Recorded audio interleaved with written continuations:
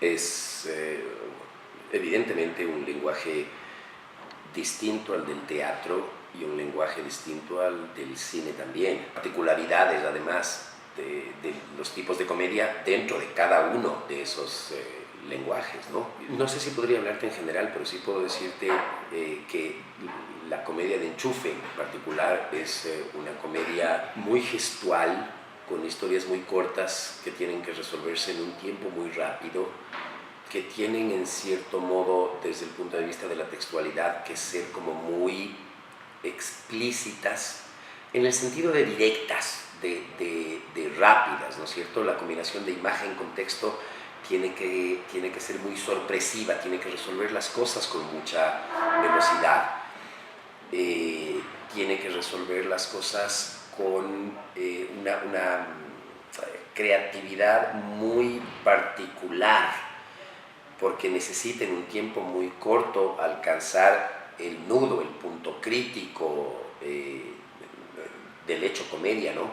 Que es el arrancarle la risa, digamos, al espectador en ese momento especial que él va esperando desde que comienza el sketch, que no son más de 4 o 5 minutos en su totalidad. Por lo tanto, es una comedia que te exige mucho actoralmente, y te exige mucho porque necesita ser muy claro en los textos, muy preciso en los textos, absolutamente preciso en la gestualidad. Si bien es una gestualidad agrandada, más cercana a la del teatro que la gestualidad del cine o la televisión, ¿no es cierto?, que son gestualidades que uno tiene que controlar más, aquí hay más libertad, ese agrandamiento tampoco puede ser excesivo. Entonces no es que la actuación de comedia en el caso de este tipo particular de producto de Enchufe, que además es muy novedoso, muy nuestro, ¿no?, sorprendentemente propio, no es que es simple y que tú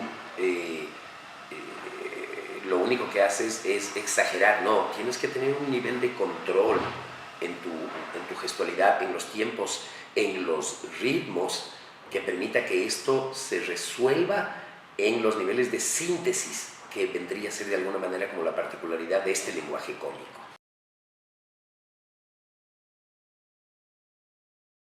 Primero tendríamos que establecer cuál es la comprensión de la palabra vulgar a la que nos estamos refiriendo, ¿no es cierto? Yo no creo que los chistes de Enchufe sean vulgares en un mal sentido. Sí, claro, es decir, en el sentido de usar, sí, en el sentido de coloquial, sí. Claro, pero por ejemplo, usan un lenguaje que es muy coloquial, a veces se usan malas palabras, comillas, ¿no es cierto?, dependiendo de lo que uno entienda por mala palabra, que es más la relación con el contexto, ¿no es cierto? Porque en muchos programas de televisión nacionales, muchos programas de comedia nacional, no hablo de Enchufe, hablo de otros que te podría nombrar, que sí son vulgares, y son vulgares sin necesidad de malas palabras, son vulgares en términos de los estereotipos, por ejemplo, son vulgares en términos de las historias, son vulgares en términos del propio tipo de comedia, ¿no?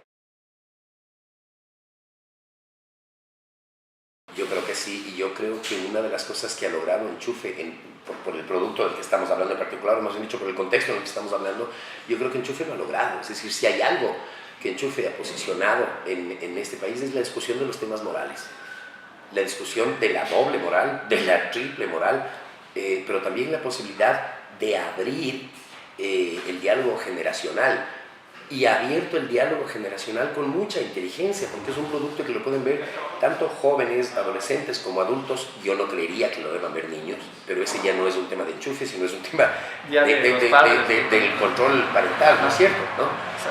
Pero abierto posibilidades de diálogo intergeneracional que yo diría que no existían, y que en todo caso en los espacios o en las formas en que existían pecaban de los mismos prejuicios y de la misma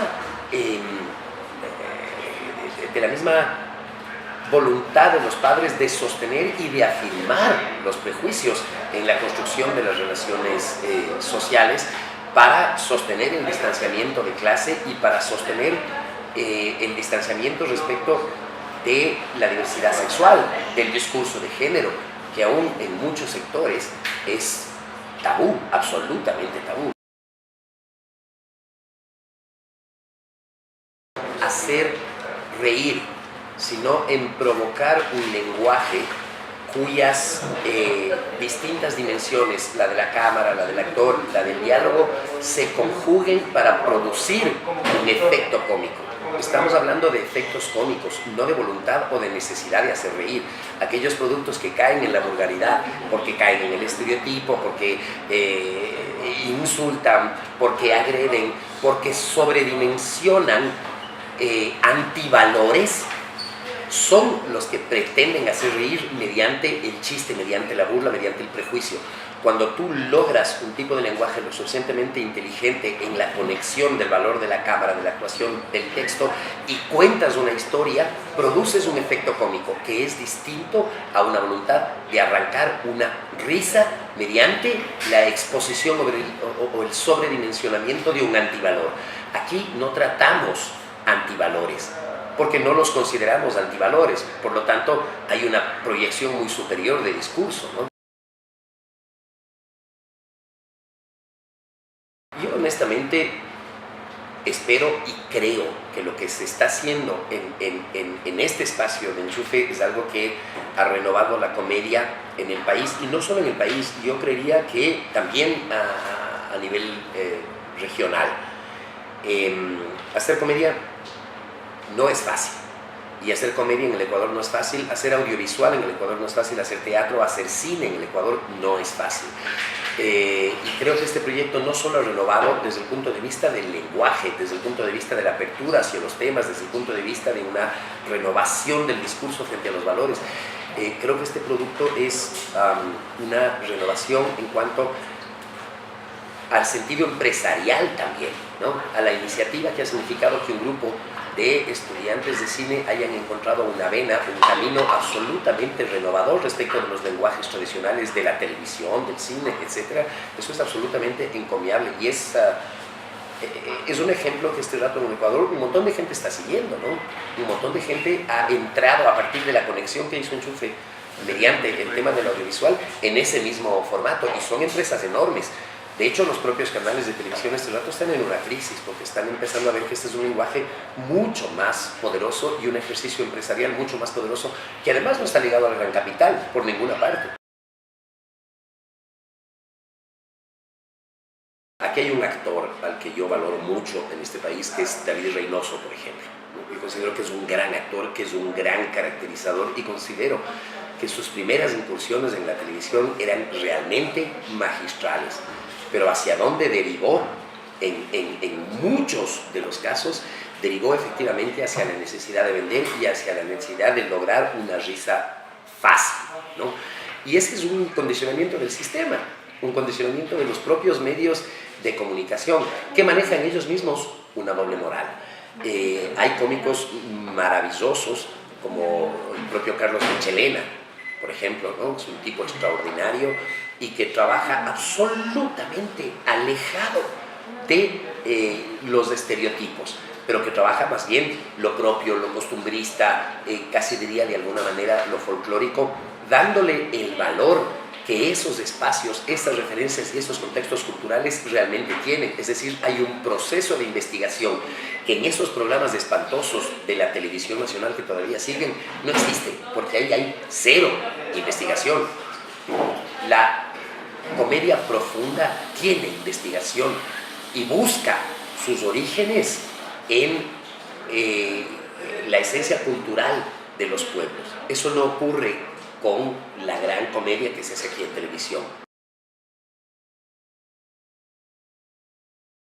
Bueno, yo he tenido la enorme ventaja de poder expresarme en todos los lenguajes, ¿no es cierto?, escénicos y audiovisuales. He tenido posibilidad de hacer personajes cómicos en programas de televisión, en cine, en teatro, en monólogo, en obras grandes, y también en este nuevo formato de Enchufe TV. Por lo tanto, creo que he experimentado todos estos universos de la comedia y las enormes diferencias que existen entre cada uno de ellos. Para mí la comedia siempre fue un reto. Yo fui formado más bien como un actor dramático, siempre. El descubrimiento de la comedia es, yo diría que bastante reciente, no son más de 10 años en una carrera de casi 30, ¿no? Y francamente debo decirte que me renovó absolutamente.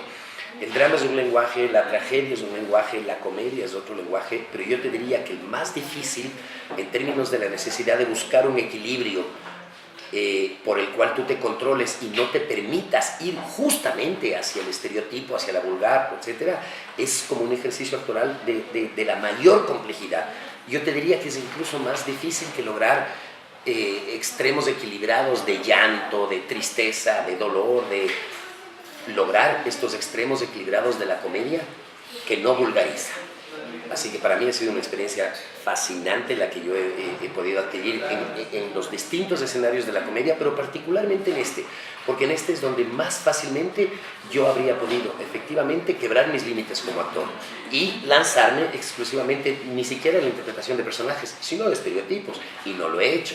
Y ese es un trabajo que además no me compete solo a mí, es un trabajo que tiene que ver con el lenguaje, con la dirección, es un trabajo de equipo, ¿no?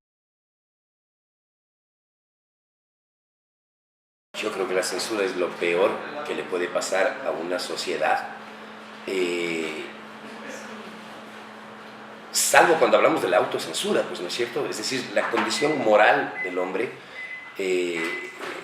implica una posibilidad de autocensura que está fundamentada en la capacidad intelectual que tiene cada uno. Pues, los idiotas difícilmente van a autocensurarse, ¿me entiendes? Y si un idiota no se autocensura, y hay uno que está más idiota, uno que es más idiota, que está ejerciendo el poder, entonces efectivamente va a intentar ejercer un poder de censura, que es lo que ha ocurrido en los últimos 10 años en este país. Es decir, hemos estado gobernados por idiotas, muchos de ellos con título, y esos idiotas lo que se han dedicado a hacer es aplicar la censura porque no han sido capaces de comprender los niveles de evolución que tenemos. Sin ir muy lejos, lo que acaba de pasar en Guayaquil con la obra esta del Santo Prepucio es una verdadera barbaridad, ¿no? Es decir, censurar un ejercicio de microteatro sin ni siquiera haber ido a ver la obra de teatro es una barbaridad, es una cuestión cavernaria. Es lo mismo que nos ocurría a nosotros con una obra política, en este caso no era comedia, era un drama, una obra de Ibsen, uno de los dramaturgos más importantes de la historia teatral, con la que montamos El enemigo del pueblo, y recibimos un artículo de este tamaño en el Telégrafo de este tonto de Orlando Pérez, que se atrevió a criticar la obra y a hablar de nosotros sin siquiera haber ido a verla. Ese es el nivel. Ese es el nivel que nosotros tenemos que enfrentar. O las tonterías de la censura de un tipo como Ochoa al frente de la Superintendencia de Comunicación, o la tontería de las censuras de Correa, que hace pocos días decía que pedía respeto porque él nunca había ofendido a nadie, cuando es un experto ofensor, ¿no? Es decir, la relativización de la ética, la relativización de la inteligencia, la relativización de los valores es lo peor que le puede pasar a una sociedad, y es lo que produce efectivamente la pretensión de un derecho de censura, ¿no es cierto? La censura no debería existir. Lo que debería existir es una sociedad con una capacidad crítica lo suficientemente desarrollada como para que un producto sea censurado por sí solo, por sus propios valores. Es la autocensura como un inicio, pero luego la censura social, en el sentido de que si logramos una capacidad crítica sólida, un producto de mala calidad no se va a ver. Simple y sencillamente la gente no lo va a ver y punto. Ahora, claro, hay espectáculos cuya vulgaridad, hay lenguajes cuya vulgaridad, cuya falta de inteligencia, cuya falta de talento, llámalo como quieras, desde mi punto de vista son o resultan ofensivos, pero tampoco tendría por qué censurarlos, porque de una u otra manera son una expresión de unas relaciones de clase, de unas relaciones sociales. Si están ahí es porque existen. ¿Qué gano yo con censurar? Lo que yo debería es generar diálogo alrededor de eso, diálogo creativo, diálogo de procesos alrededor de todos esos productos que provoquen esa censura social natural, que lo que dice es, eso es una porquería, no lo vamos a ver, y tenga seguridad que no va a seguir. Pero ese es un proceso complejo y largo de generación de capacidad crítica en las sociedades, ¿no? y de mejorar considerablemente los niveles de la comunicación profesional en el Ecuador, que todavía